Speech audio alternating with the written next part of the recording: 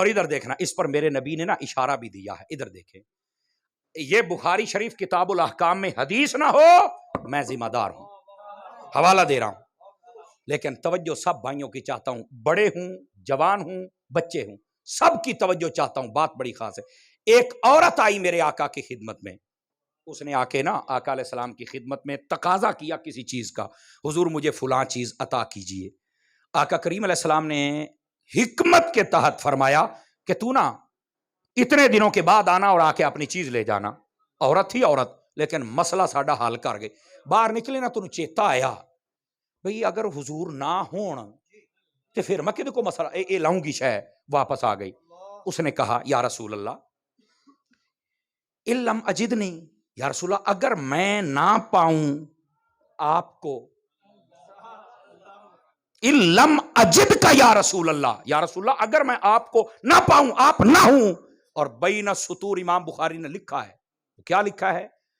فل مراد بہل موت، اس عورت نے موت مراد لی تھی، یعنی انہیں آ کیا حضور دیکھو سامدت نہیں نہ پتا کسے ویلے تسی اپنے رب دی بارگاہ سانو بھی نہیں پتا، اور گل بھی ہوتی ٹھیک سی، بالکل صحیح سی، یا رسول اللہ اگر آپ فوت ہو جائیں تو یہ مجھے کون دے گا، مہینے بعد جمعہ میں کون دے گا؟ آقا کریم علیہ السلام نے فرمایا، آپ نے فرمایا پھر ابو بکر کے پاس آ جانا، میرا ابو بکر تمہیں عطا فرمایا۔ علماء فرماتے ہیں میرے نبی نے ساری بات ہی واضح کر دی ہے کہ میرے بعد ابو بکر ہے، اس کے دروازے پہ آنا۔ توجہ ہے کہ کوئی نہیں آپ سبھی حضرات کو؟ میرے نبی نے یہ اشارہ دیا ہے، اور صرف یہاں تک نہیں ہے، آقا کریم نے فرمایا، بخاری شریف میں یہ بھی حدیث ہے، جب آپ آخری ایام میں تھے نا اور بیمار تھے اور آپ مصلی پر تشریف نہیں لا سکتے تھے، تو آپ نے فرمایا مرو ابا بکر فلیصلی بالناس، فرمایا ابو بکر سے کہو کہ لوگوں کو نماز پڑھائے۔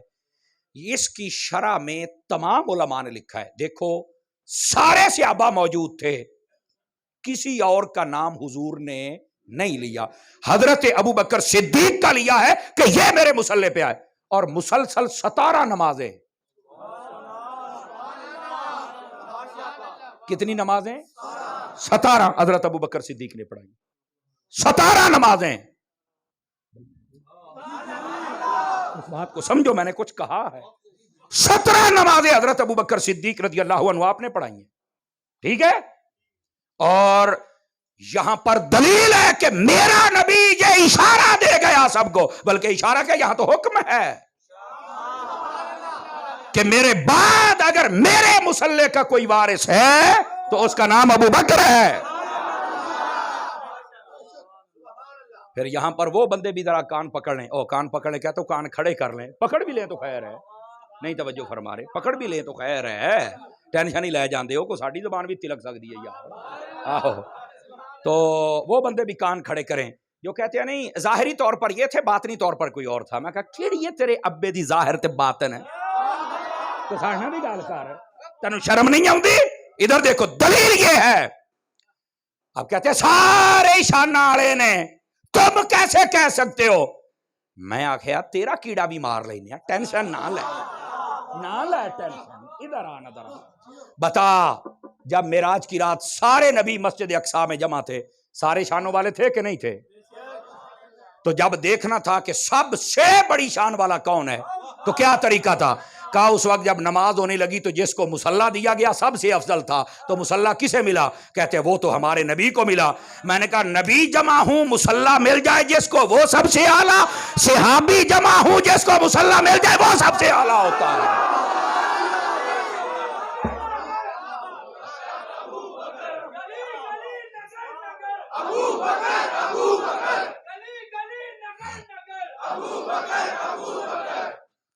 توجہ ہے، دلیل سمجھ آئی ہے؟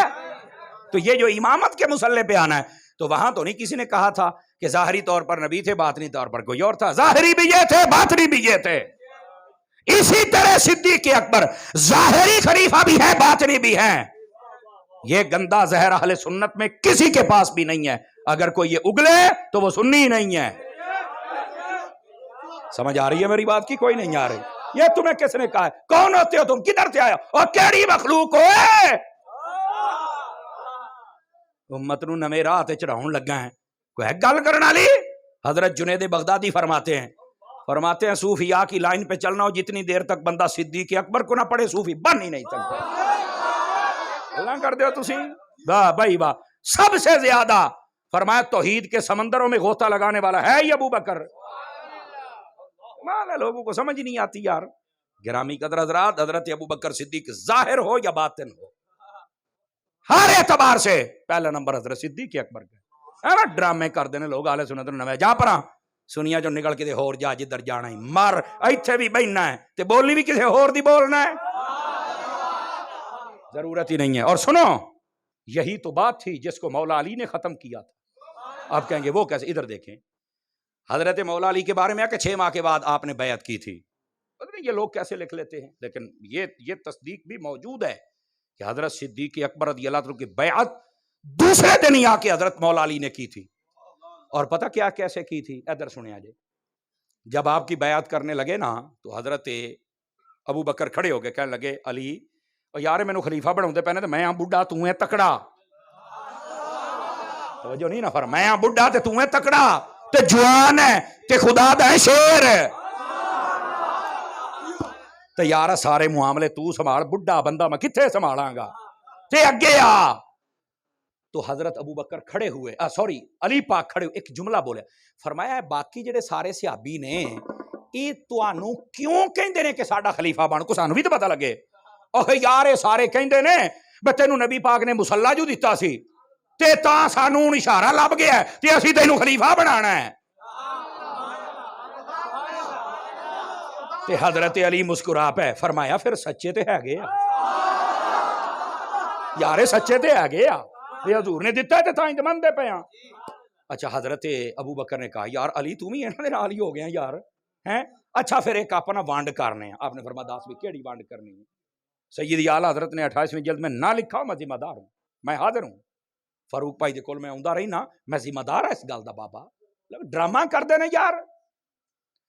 حضرت ابو بکر نے آکھیا پھر علی آپا کام وانڈنا لئی حقیقی میں کیڑا؟ فرماؤن لگے دیکھو حضور نے مصلا مینوں دتا سی نا تے چلو اے نمازاں والا تے جنازے والا تے عیداں تے جمعے والا کام میں کر لینا, دین والا کام تے یار جڑی دنیا دی خلافت ہے نا, حکومت, اے تو سانبھ لے یار, اے چلو اینا کا آپاں کر لئیے. حضرت علی اٹھے, ہن میں تانوں نہیں کہنا بولو, آپ اٹھے کہنے لگے یار ہاتھ پورا کرے نا, ہاتھ انج کر کے بیعت کیتی. اور پتہ کیا کیا فرمایا ابو بکر جے تو ساڈے دین دا امام بن سکنا تے ساڈی دنیا دا بھی تو ہی بننا ہے. بس جس کو سمجھ آئی سبحان اللہ تو فرمائے نا یار, روڑا ہی مکا چھڑی, دعائی دے چھڑی ساریاں نو. کہنے لگے یارا جے ساڈے دین دا امام تو ہے تو ساڈی دنیا دا نہیں بن سکدا, کوئی ہے گل کرن والی. اے دا مطلب علی بھی جان دے سن بھی ظاہر بھی ٹھیک ہے تے باطن بھی ٹھیک ہے,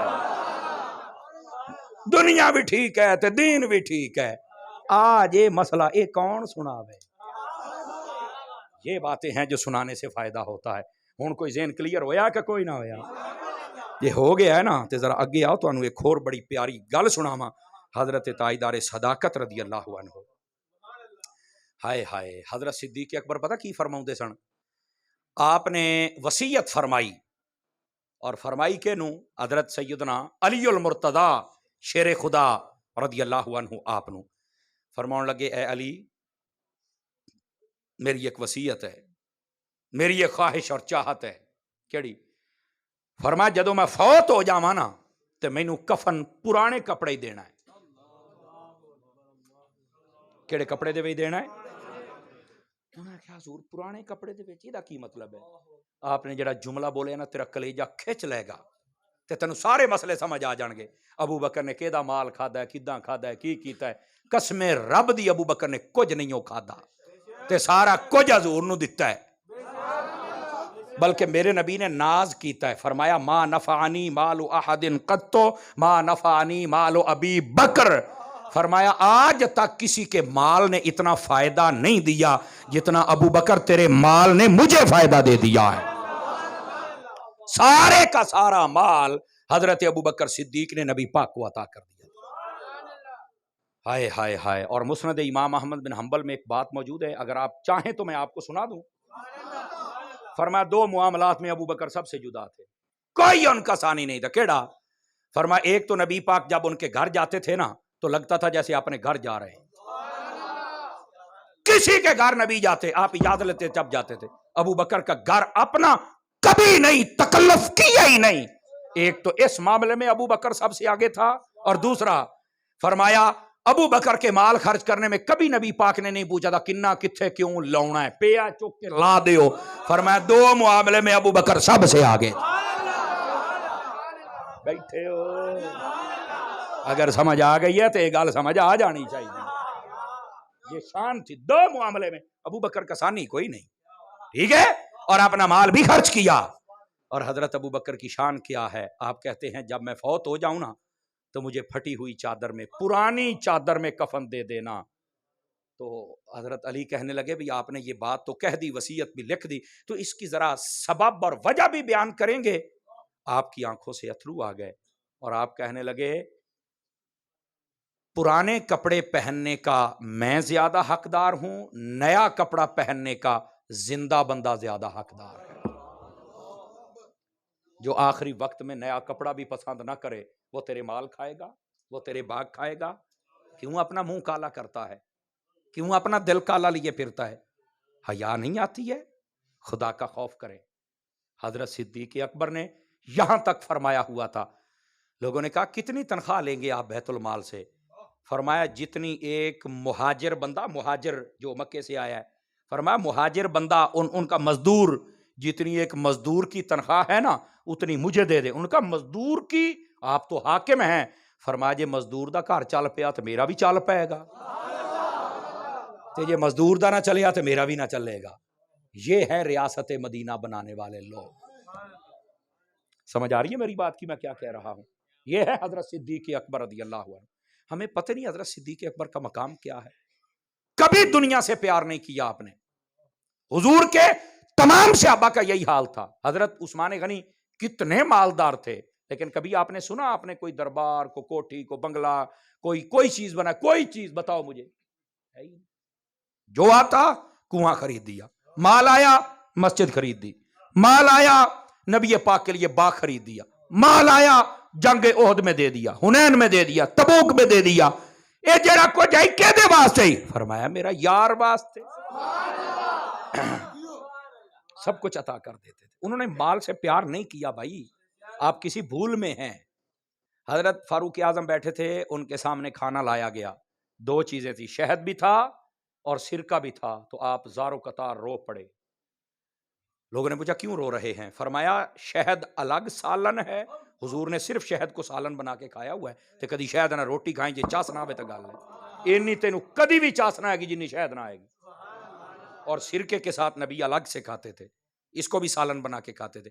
حضرت فاروق اعظم کہتے ایک وقت تھا جب ہم سوکھی روٹیاں کھاتے تھے اور آج دو سالن آ گئے. کہا میں نہیں کھاؤں گا، چونکہ میرے نبی کبھی بھی 2 سالن رکھ کے سامنے روٹی نہیں کھائی، 1 سالن ہی کے ساتھ روٹی کھاتے تھے.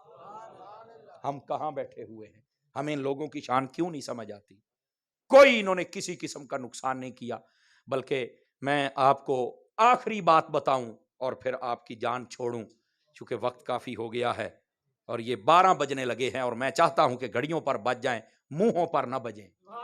میں چاہتا ہوں کہ اسے پہلے میں آپ کی جان چھوڑ دوں. ذرا دھیان رکھیے، آپ کو لطف آئے گا یہ بات سن کے. 80 کی دہائی کے اندر، کون سی؟ سجے کبے جڑے بیٹھے نا، ایک واری توجہ کرنا سارے پرا میرے حال، سنگی سجن یار بیلی جننے بیٹھے ہو نا دھیان کرے آجے. 80 کی دہائی میں نا سارے یہودی اکٹھے ہوئے اسرائیل میں، توجہ ہے. وہاں بیٹھ کر انہوں نے کہا یار ہم نا مسلمانوں میں بڑا فتنہ پیدا کرتے ہیں، اور پیدا کرنے میں کامیاب ہو گئے، پر یہ بتاؤ ہم نے ہر جگہ جو کام کرنا تھا کیا ہے، لیکن ہمیں آج تک اس بات کی سمجھ نہیں آئی. اپنے وہ پادریاں نو پوچھتے ہیں بڑیاں نو بھی ہماری کتابیں محفوظ کیوں نہیں ہیں؟ ہماری جو کتابیں ہیں وہ محفوظ نہیں ہیں. تورات، زبور، انجیل، جس نبی کی کوئی کتاب پہلی ہے وہ محفوظ نہیں ہے، اس کے اندر تبدیلی ہے. وہ کہندا دسو ساڈے بڑے سنگھاڑیا، دس کی وجہ ہے؟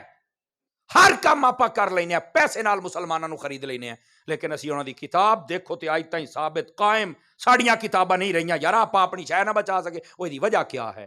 یقین کرو جڑا نے جواب دیتا ڈس کے آ لے، حیاتی یاد رکھو گے کدی کیا جواب دیتا. انہیں آخیا جی ہوں سننا ہے تے دساں؟ انہیں آخیا دس پھر کی ہے؟ انہیں آخیا اللہ نے ساڈے نبیاں نو ہر شے دتی سی پر ابو بکر ورگا غلام کوئی نہیں سی دتا. مصطفیٰ دا غلام ابو بکر ہے جنہیں قرآن نو انج جمع کر چھڑیا. کتاب عثمان غنی نے لکھی ہے، جمع ابو بکر نے کر چھڑیا. فرمایا قیامت تک اس قرآن کو بدل ہی نہیں سکتا. جمع صحابہ نے کر چھڑیا تے نیزیاں تے چڑھ کے اہل بیت نے پڑھ چھڑیا. اللہ اللہ تے خیر صلی اللہ. انہوں نے آکھیا ہر شے دتی پر ابو بکر ورگا غلام نہیں دتا. اے وجہ ہے کہ آج ساڑیاں کتاباں محفوظ نہیں. ابو بکر ورگا غلام ہوندا نا دت چھڑدا ایک واری کتاباں کیویں سنبھالی. کو سمجھ آئی کہ کوئی نہیں آئی؟ ہائے ہائے ہائے ہائے اے بات تانوں چس دے گی. میں دعا گو ہوں علامہ قاری محمد اللہ دتا صاحب ہیں کدھر مجھے زیارت کروائیں. ماشاءاللہ اللہ آپ کو خیر و برکت دے. ماشاءاللہ. اچھا یہ احتشام بھائی ہیں، اللہ احتشام بھائی کو بھی خیر و برکت دے، ان کے بھائیوں کو بھی اللہ تعالیٰ خیر و برکت سے نوازے. جتنے دوستوں نے آپ کے ساتھ تعاون کیا اللہ سب کو خیر و برکت عطا فرمائے. دعوت اسلامی آپ کی اپنی تنظیم ہے، آپ ان کے ساتھ بھی تعاون کیا کریں. اللہ تعالیٰ ہم سب کا حامی و ناصر ہو. آمین. وآخر دعوانا ان الحمدللہ رب العالمین. جی کیا فرمائیں؟ بسم اللہ الرحمن الرحیم. اللہم صلی علی سیدنا و مولانا محمد وعلی آلہ واصحابہ وازواجہ واولیاء ملتہ اجمعین. میرے پاک پروردگار آج کی اس خوبصورت بزم پاک کو اپنی بارگاہ میں قبولیت کا درجہ عطا فرما. تلاوت نعت خوانی بیان سلام لنگر کا اہتمام قبول فرما. میرے پاک پروردگار جتنے یہاں بیمار ہیں ان کو صحت کلی عطا فرما. جتنے صحت والے ہیں عبادت کا ذوق عطا فرما. دور و نزدیک سے ہمارے مہمان بزرگ بچے بوڑھے نوجوان تشریف لائے سب کی جھولیاں اپنی رحمتوں کے ساتھ مالا مال فرما. میرے پاک پروردگار میرے ملک وطن عزیز کو استحکام و سلامتی نصیب فرما. حضرت عائدار صداقت آپ کی شان و سیرت و عظمت اور آپ کی تعلیمات ہم نے سنی، ہمیں یاد رکھنے اور عمل کرنے کی توفیق عطا فرما. میرے پاک پروردگار حضور اکرم علیہ السلام کی پیاری پیاری اہل بیت اطہار پیارے پیارے صحابہ کرام سے ہمیں محبت بلکہ عشق کی توفیق عطا فرما.